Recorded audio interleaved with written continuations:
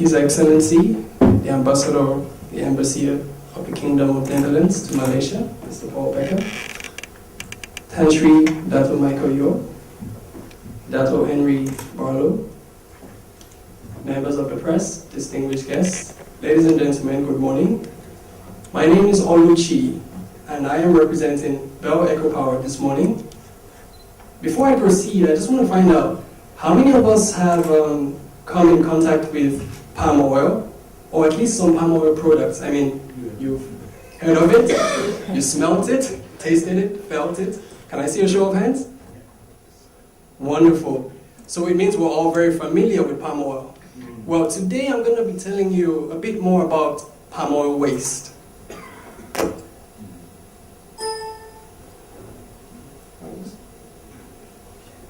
It's okay. Right.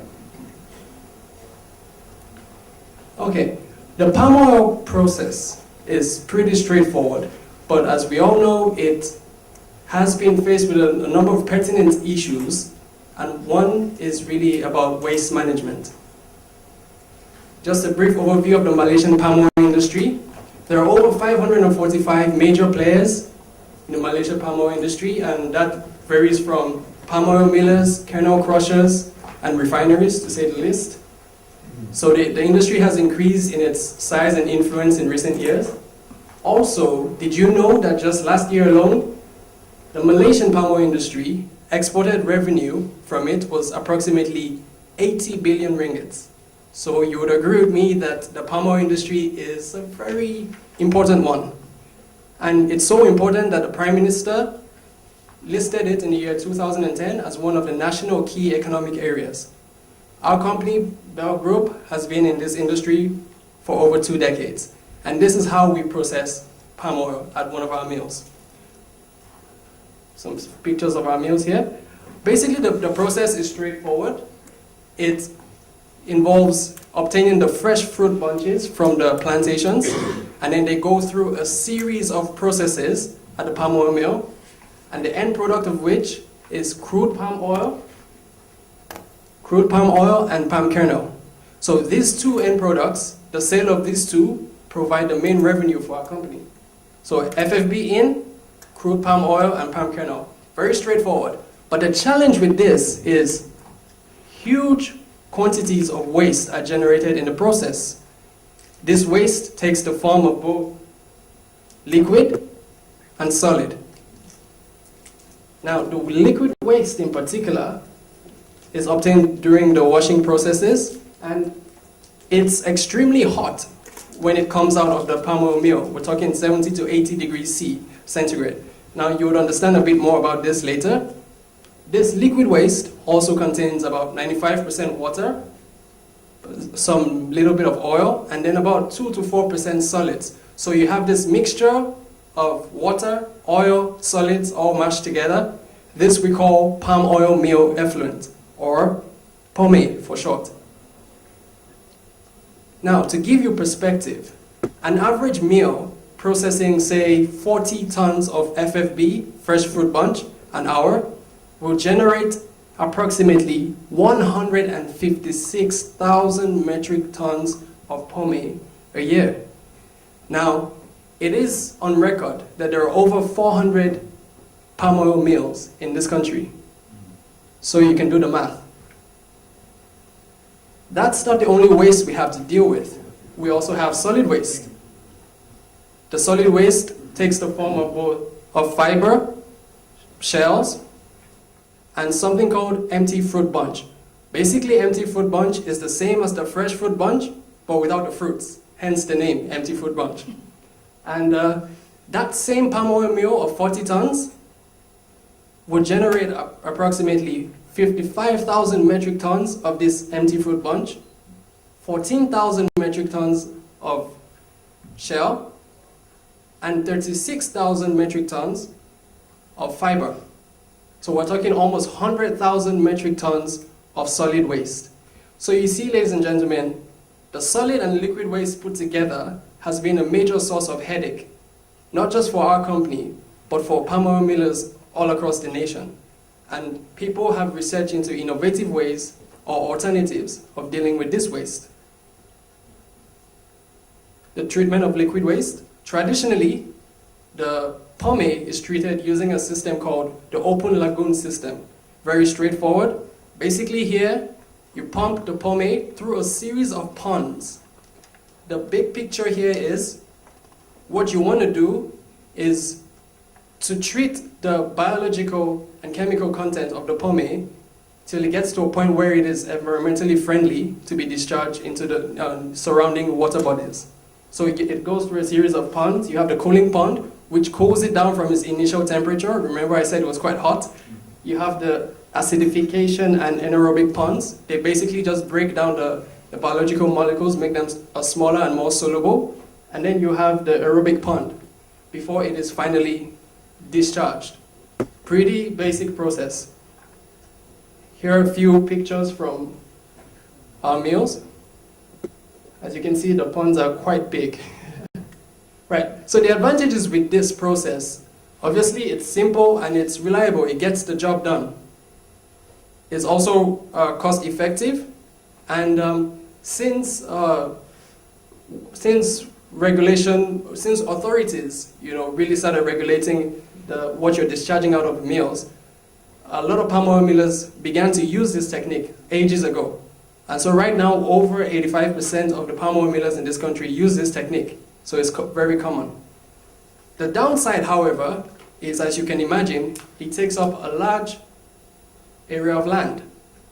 On average, one of those ponds you just saw can measure around about 60 to 40 meters. All right, and depending on the size of your mill, that determines the number of ponds that you have. So that 40-ton mill I just mentioned previously can have about 4 to 5 of those ponds. And also, a large amount of sludge is generated. Sludge is just basically mud. You have water, it mixes with soil, so mud. And then, most importantly, it emits a high level of methane. This is where we're going to focus on. If you notice from our previous slide here, right here, in pond number 3, granted you're reducing the BOD and COD, the biological content, but in the process, biogas is being emitted. And biogas contains carbon and methane. Methane is noted to be one of the chief culprits in the fight for the ozone layer. Methane, to give you perspective, it is said that methane causes more damage, 30 times more damage to the atmosphere than an equal quantity of carbon dioxide. And so this is a major challenge which we have to deal with. So here's our answer to that. At our mills, we have a biogas power plant. Basically what we do is we take the pomade, pass it through the cooling pond as previously, but then from there, we pass this pomade again into anaerobic tank digesters. Basically what's happening here is the same anaerobic process of before is still going on, but now it's within an enclosed, within a controlled environment. So as the methane goes out, instead of letting it go to the atmosphere, we capture this methane and then we channel it through gas engines, and then we generate electricity. So basically, in essence, what we're doing is taking a potentially hazardous gas and creating electricity from it, which we export to the country's national grid. Now, in the process, afterwards, the liquid that is left in the tank is then sent to the aerobic pond, and the rest of the water treatment process that I showed you previously takes place. When it's deemed environmentally friendly, it's discharged into the rivers. And I also mentioned that the pomade contains some solids. So the solids that are left behind in the tank are noted to be good sources of fertilizer. They can be used as fertilizer, rather. So basically, very straightforward process that reduces greenhouse gases and cleaner effluent discharge, and of course, green energy being exported to the country's national grid. Here are some pictures from our biogas plant. Over here you have the tank digesters, and you have the newly installed tank digesters, which are slightly more high-tech. And then We have the gas engines here, which generate electricity. Okay, as for the solid waste, there's a lot of solid waste being generated, like I said earlier. And traditionally, one way of handling this solid waste is through mulching. Mulching is basically taking the solid waste to the plantation and using it as fertilizer in order to grow more palm oil trees. Another way is by burning it at the palm oil mill site, using an incinerator. And a third way, which is not up there, is just by dumping it by the side. Now the challenge with this is the decomposition of this EFB also emits the methane we spoke about earlier. Also, burning it has been banned by a lot of countries in the world, including Malaysia. And then also, there's generally just the high cost of dealing with this waste. So our answer to all of this, at our site, we have a biomass power plant. Basically what we do here is the empty fruit bunch, we take it because it's still bulky, and then we shred it down into bits till we get what is known as empty fruit bunch fiber. Now this fiber is then used as fuel for a boiler. And if you have experience in cooking, you know that when you apply heat to water, you get steam. Same thing happens in the boiler, hence the name boiler. So you're boiling water, you get steam, and the steam is used to run turbines that generate electricity once again for the country's national grid. But in the process, because you're burning something, just like you burn paper, you get smoke, same thing happens in the boiler. You burn the EFB and you get smoke, what we call flue gas.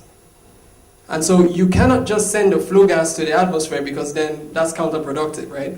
So what we do is we treat the flue gas through a series of, filters to collect the dust before it is then sent to the atmosphere via the stack or the chimney. So in essence, you're generating green energy, and then also you're sending back to the atmosphere a gas that is much cleaner than what was realized in the boiler. A win-win situation if you ask me. So this process reduces CO2 emissions. It in essence helps us transform our waste to wealth, and green energy is exported to the national grid. Here are some pictures from a biomass plant. That's the boiler, cooling tower, that's the turbine, and these are some control panels.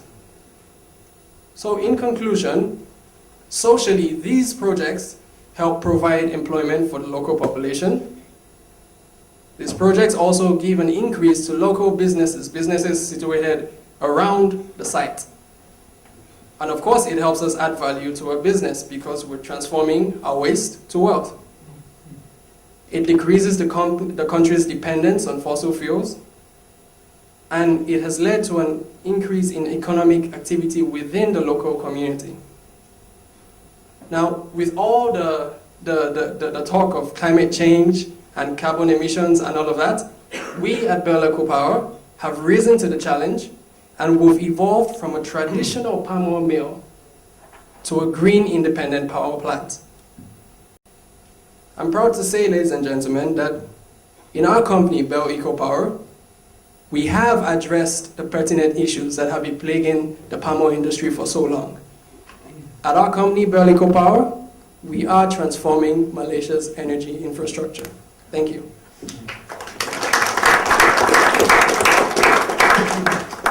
Thank you very much, Oluchukwu Chiazor from Bell. Thank you.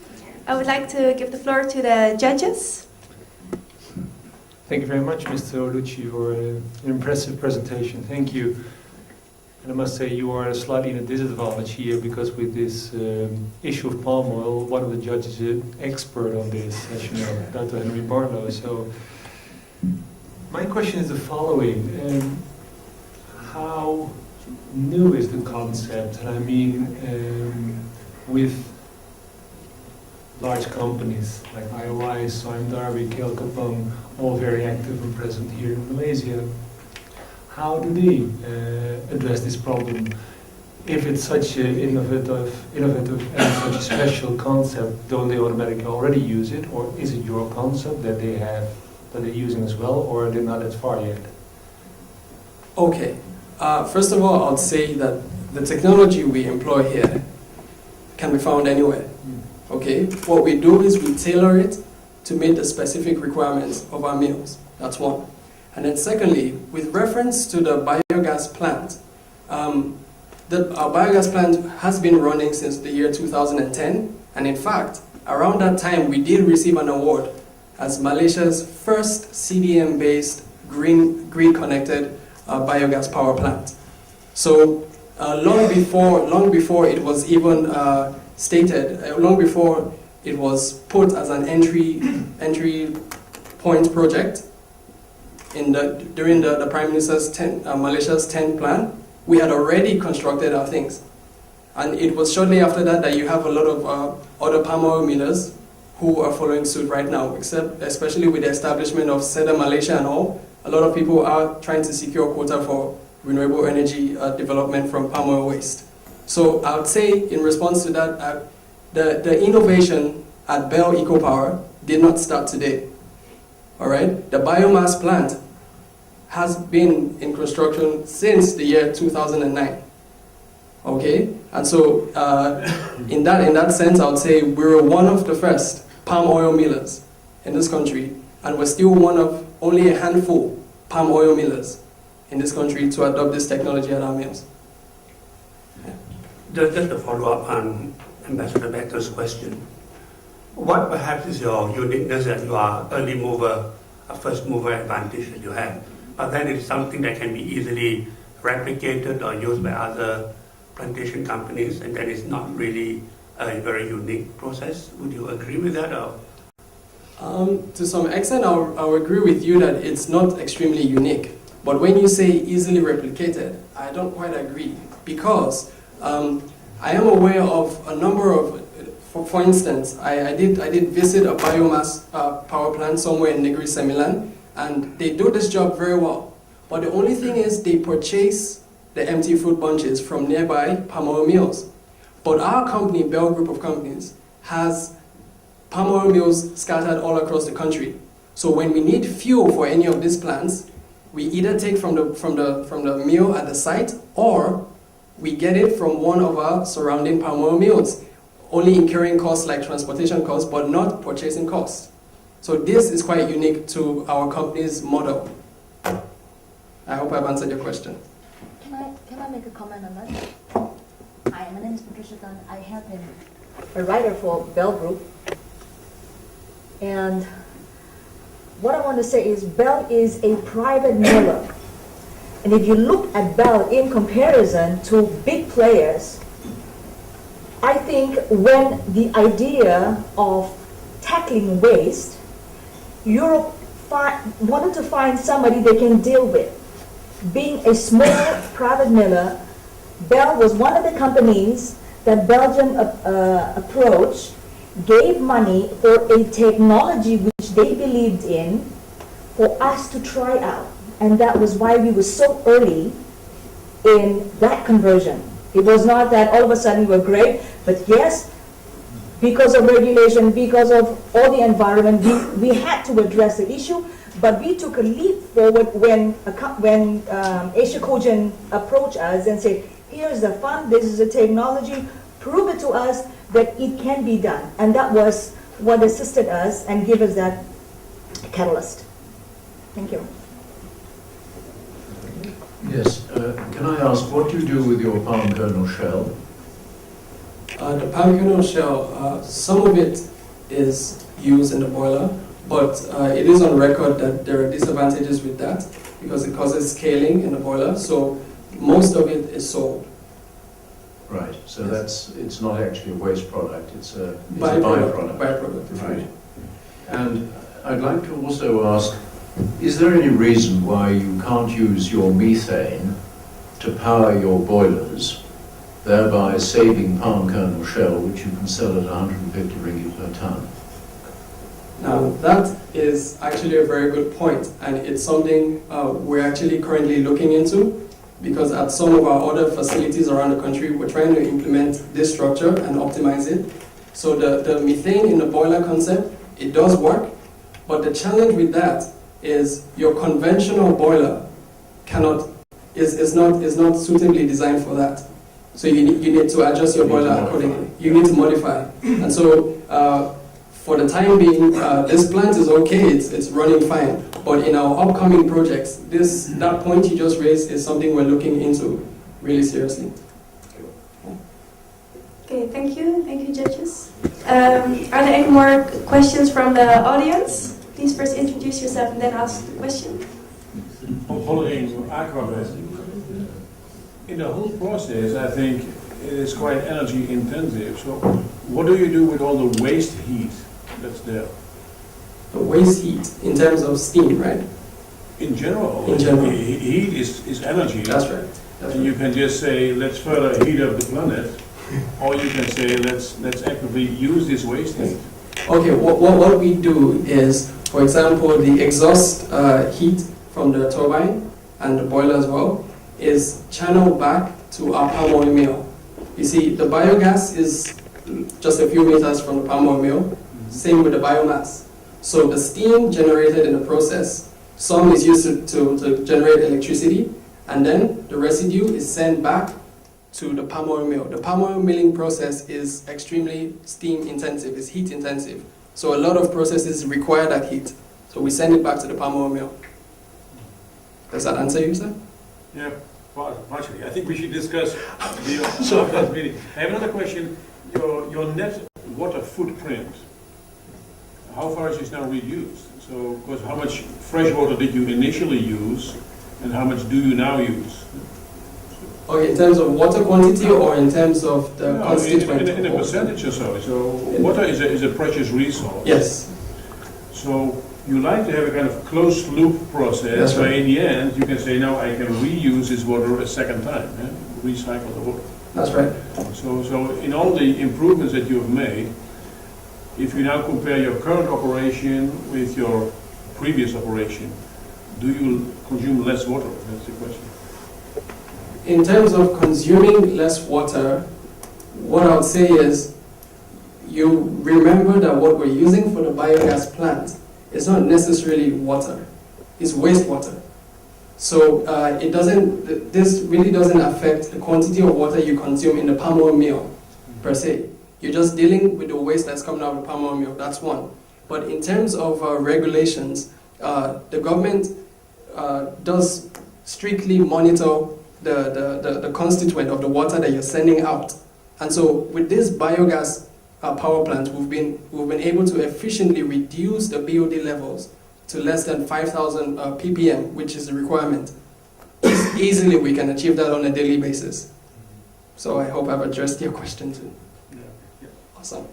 Okay, thank you. Any more questions? Yes. Yeah. You were saying about the biogas plant in your company. How do you suggest? If there are other palm oil millers who would like to replicate this, what is the scale like? Because the tonnage of the palm oil mill is different, vary from 30 tons to 120 tons. So what is your view in this setup of the biogas plant? Are there different tonnage of palm oil mill? Okay. First of all, like you said, you can have 30 tons and 40 tons palm oil mill, but in reality, that's like the least you can go. We have palm oil mills that do 60, 80, one of our mills does 120. Now, this, of course, the more you process, the more raw materials you have for the biogas plant. Now, can anybody replicate this? Quite easily. In fact, with the government's new focus on the palm oil milling industry, a lot of resources and funds have been made available. In fact, the government does support palm oil millers to build biogas plants on site. And so there's a lot of incentives, if you may say, in the way of monetary funds and all that can be made available for people who are interested. That is one. And then secondly, for biogas power plants, let's say you run a mill of 40 tons or 60 tons, a 2 megawatts biogas power plant is more than sufficient, which is what we have currently at Bell Eco Power. But our biomass plant, on the other hand, is much bigger. It's 11 megawatts. So something small scale. You're just treating the waste, right, and getting extra money, so not a bad idea. Thank you. Are there any other questions? No? Okay, yeah, oh yes. Sorry, my name's Mark Wong from Sangabi. Just one question on the scale-up and replication of this plant in your other mills. So is this a standalone plant, or do you do this as well for your other mill operations? When you say standalone, what do you mean? I mean, you know, if you have, say, is there a biogas plant at every mill that fell? At the moment, no. But we are working towards that. We are working steadily. Okay, any other questions? No, okay, thank you very much. Thank you very much.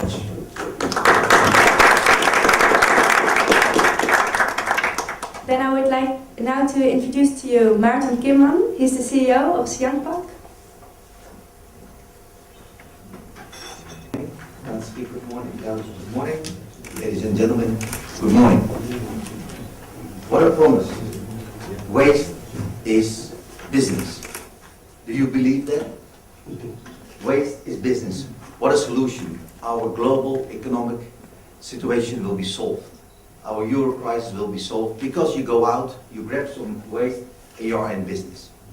Well, it is not that easy, but first of all, let me show you the differences in waste. Waste coming from the communities, coming from the environment, or waste that is coming from the industry. It's what we call industrial waste. The previous two presentations were typically about industrial waste.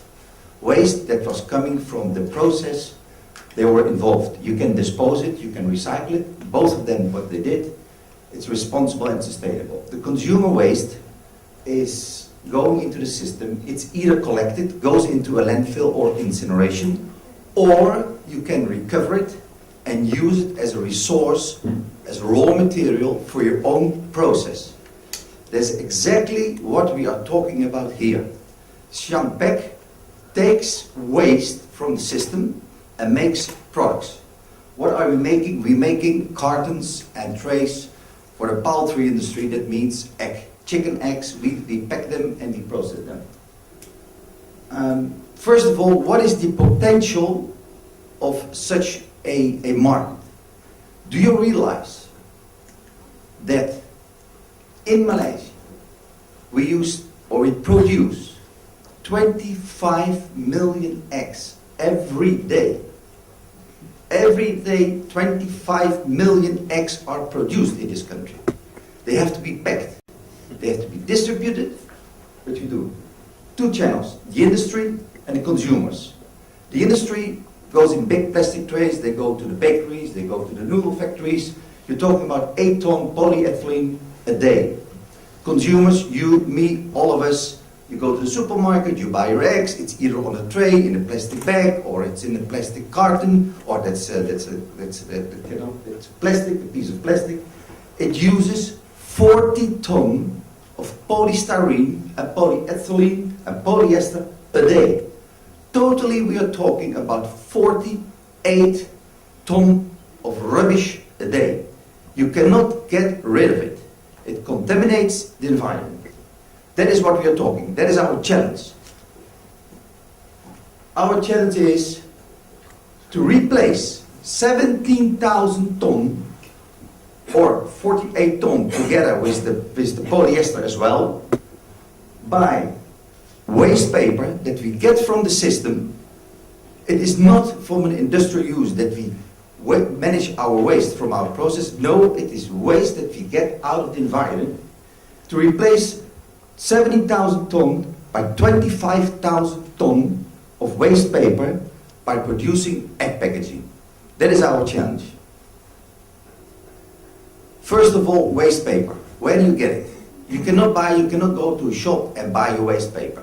You have to collect it, or somebody has collected for you. There's a market. When we started about 12 years ago, there was no market. There were collectors because in Malaysia we have MSA, Malaysia Newsprint Industry. They have a small collection system around Kuala Lumpur. Our factory is based in Penang. There was no collection. 12 years ago we started what we call the first tier collection. We bought 5 or 6 motorcycles and we sent people out to collect waste paper and came back to our plant. After a few months we found out that the first machine we were operating was already using half a ton a day. Now, on 5 motorbikes, you cannot get that much of old paper. So our first tier of collecting waste paper by a motorbike was not sufficient, one reason. Second reason, after 3 months we had no 5 motorbikes anymore, we had 3 motorbikes. Because 2 motorbikes, including the driver, were gone. Motorbike gone, people gone.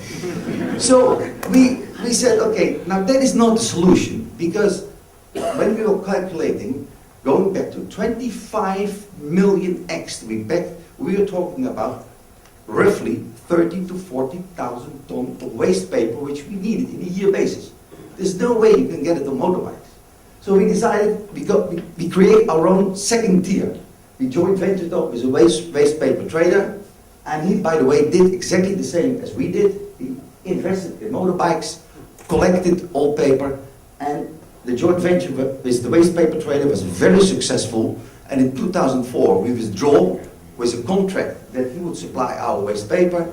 And by 2006, 2007, Penang and surroundings has about 5 waste paper traders, and they're supplying us now.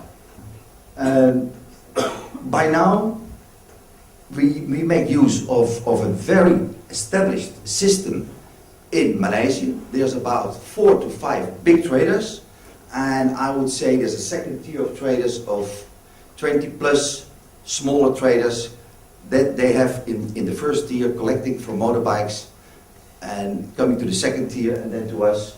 We have now 3 suppliers, and every supplier brings to us about 20 tons a day. Technical way, getting in the waste is one thing. It's very easy, you get your paper in, it's coming in, you think so. Well, it is not. The waste is coming in as waste, because you throw your paper away, you throw your cornflakes carton away.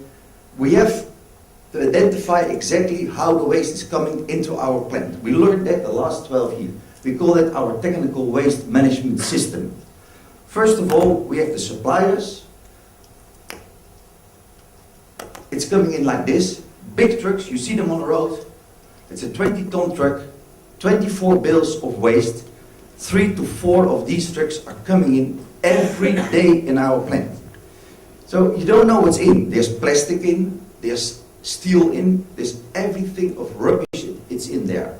It's about 80% is just the raw material you can use.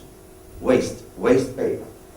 So first of all, after the plant's coming in, we have visual inspection. Visual inspection is nothing more than that bill has about 10% of plastic, that bill has about 5% plastic, there's a piece of steel, it's the humidity of that bill is so and so and so. Visual inspection.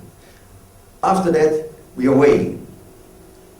The paper trade is like second car motor traders and horse traders. It's a special breed of people that are in the waste paper trading. So you have to control it. I mean, you can imagine if you get 20 tons of waste paper in and it's raining outside, that 20 ton at the moment it comes into your plant, on your weighing bridge, it's not 20 ton, it's 22 ton. Now we don't pay for water 2 ton. So we have to weigh every incoming bill of waste we weigh after our visual inspection. After weighing, we gave every bill has got a ticket, a classification that shows the supplier, it shows the days when we received it, the number of the bill and the classification, A, B or C, which means once it goes after classification, we mix the waste paper, we mix the bills, so many of A, so many of B, so many of C, because we don't want too many plastic, too many this and too many that. We concentrate waste management only. So that is what we do, classification of the bills, and then after classification we mix our recipe of waste material. According to the recipe, the material goes on the conveyor belt and goes into our factory. The factory is about a 2-acre plant. Everything is automatic. As I said, we use about 40 to 50 ton every day. End result, we are talking about waste management. We manage the waste as it comes in. We use the waste as raw material, then it goes into the plant, is being processed, etc., etc., etc. At the end, this is what we have. The end product. The portfolio of products. What do we have achieved in the last 12 years? Well, from a green plant, there was nothing. We started on our own with 2 people. We are now a medium-sized company, 200 employees more. In our field, egg packaging, we are by far the largest in Southeast Asia. Number 2, by the way, also here in Malaysia, is less than 3 times our size. Less than 3 times our size. We have an output of more than 200 million pieces a year. 200 million pieces a year. We have a market share in recycled egg packaging in Malaysia, 55%, in Singapore 70%. I can say Brunei, we have 100% because there's only so many people over there. Hong Kong 40%. In Indonesia we have 50%, growing very fast at the moment. Indonesia is really coming to the marketplace. Philippines 15%, and Australia, wonder, because our top carton is being very popular in Australia, and the process in Australia is more expensive than our process. A truck from Melbourne, for instance, to Perth is more expensive than a container from Penang to the same Perth. It's more expensive. So that's why we are very competitive in Australia as well. Benefits for the target groups.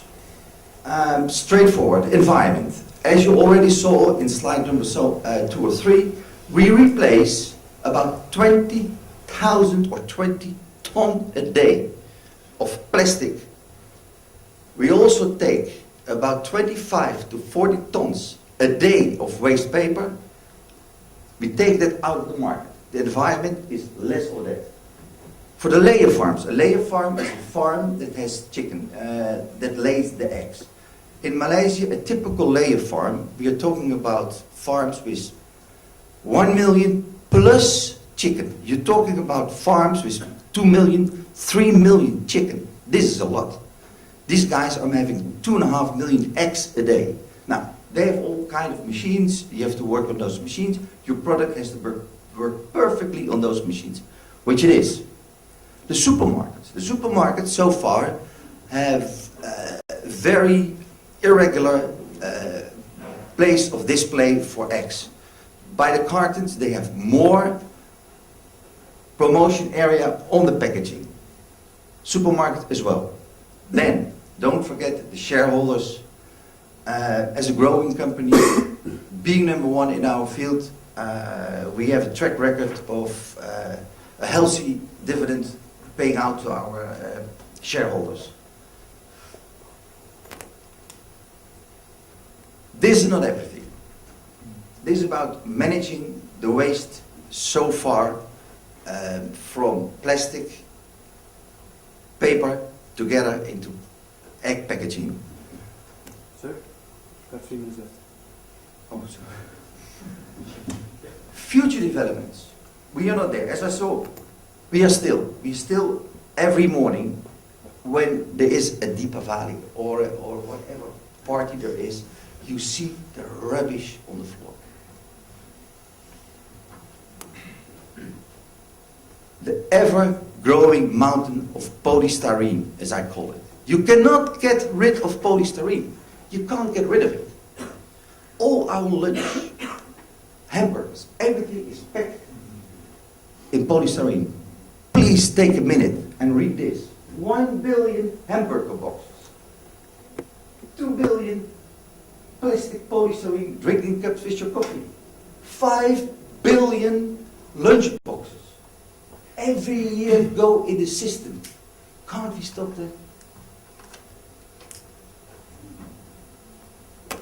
Yes, we can stop it. There are new technologies. We have a new technology. This is what's coming to the market. It's not the waste management system, but it will be the waste management system. Thank you.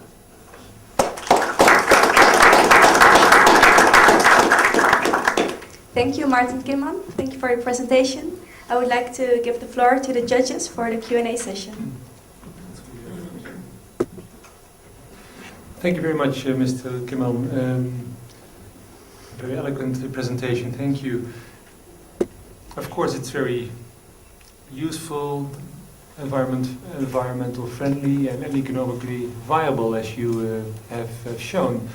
My question would be, doesn't this happen in many other places as well?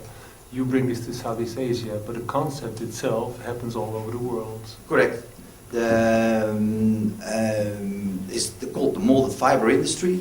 The molded fiber industry exists more than 25 years in Europe and in the United States. When I came here in 1997, it was not here. So in that sense, yes, it is new for Southeast Asia and for China, for Asia as such. It's new. Can your process be only for egg packaging? Can it be applied in any other products that you could? We can reuse it again. When we have out of spec material, we just throw it in the pulper again. So yes, because it's normal. It's like your own newsprint. Your newspaper is 50% recycled paper and 50% virgin paper. And our egg box, for that matter, is 100% recycled, but it can be used again. Can I ask two questions? First of all, how do you sort out metal and polythene from your waste supply going into your factory? Well, it is supposed to be sorted out, but it is not. It's about 85% is raw material which we can use. The basic 15, the balance 15%, 10%, 50% is either steel, plastics or whatever. Everything will be sourced out in the pulping system. We have what we call the central stock system. It's fully automatic. And by venture systems, venturing, speed of particles thrown around in venture particles before it enters into the ponds, it is being sorted out. And do you foresee in the long run that this sort of technique could be used to produce replacements for polystyrene lunchboxes and cups? It would be rude to say that you were sleeping the last 2 minutes, because yeah, the technology, as we bought it from Europe,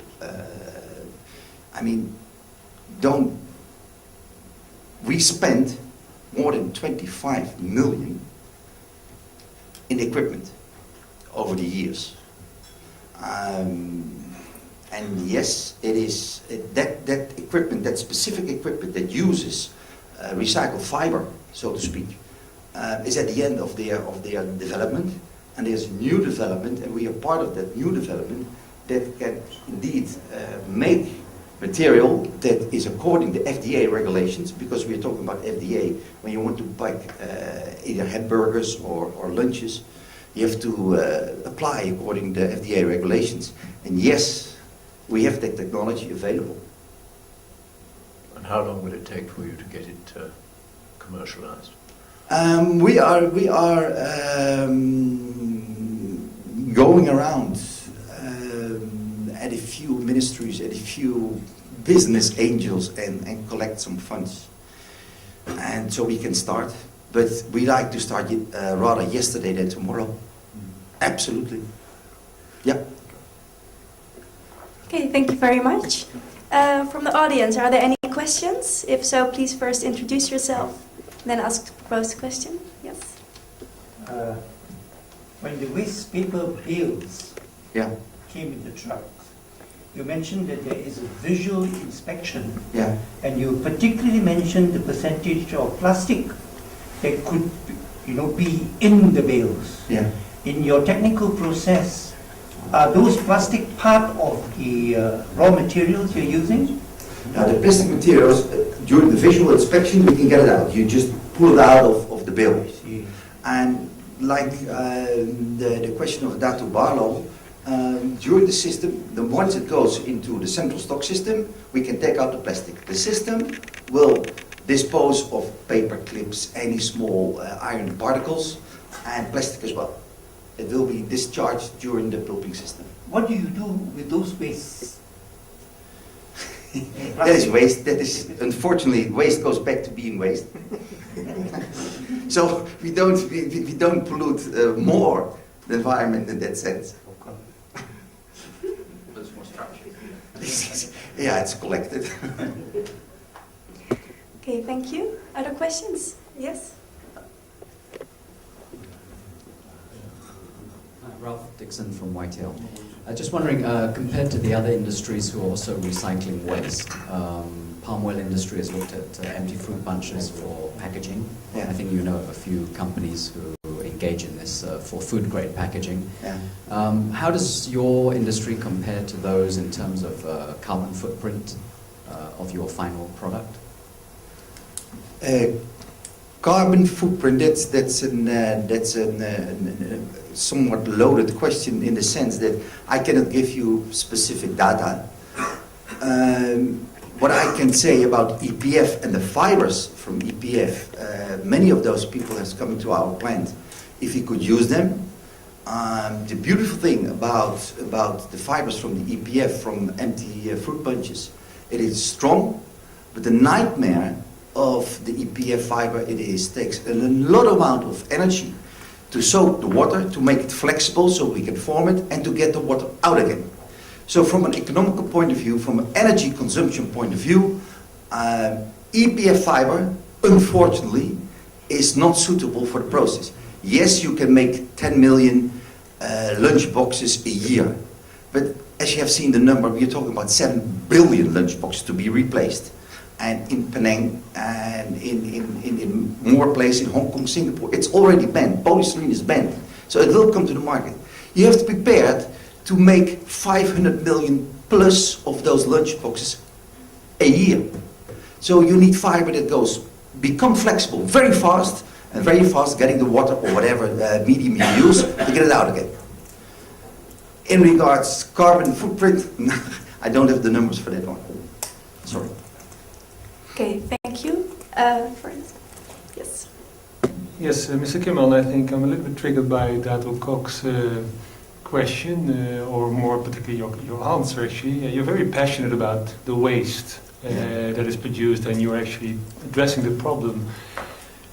Now, there is indeed a waste as an end product from your own process, the plastic. Given the future plans, there must be some idea, some thought on how to deal with that waste product. I'm sure there's companies that will accept plastic waste and deal with that. Yeah, I mean, we are talking with plastic companies, with plastic recycling companies. The issue is our plastic is wet because it comes from the pulping system, so it's wet. So we have to dry it first. That comes with a price. At the moment, our waste of plastic is not more than a truckload a month. So, but growing rapidly, going into the new environment. Oh yes, it will definitely be an issue we should address. We should address, and we are addressing it. Okay, thank you. Yes. I'm Aida from Bell. I would like to find out, do you use water in your pumping system? Yeah, sorry. Right. So how do you recycle this water that you use, or how do you treat the water before you release it back into the environment? Okay. Yes, we do. We do use water when, let's say, the pulp, as such, when it comes into the rotating machines. It's about 5% of fiber and 95% of water. All that water is being in a closed loop system, goes back. In our ovens, the water is evaporated by steam into the air. We have to replace 400 liters of water into the system per hour. We don't use any chemicals, we do not de-ink, so our water that goes into the air through steam is clean.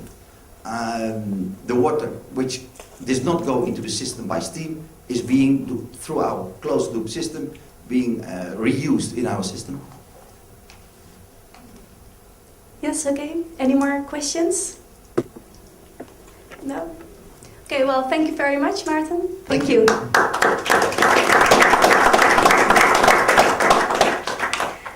Okay, ladies and gentlemen, these were all the 3 presentations for this category, waste management. We'll now have a 1-hour lunch break. for the ones who have registered. It will take place at the main level in Planters Inn Coffee House. And thank you very much, everybody. Thank you. Thank you.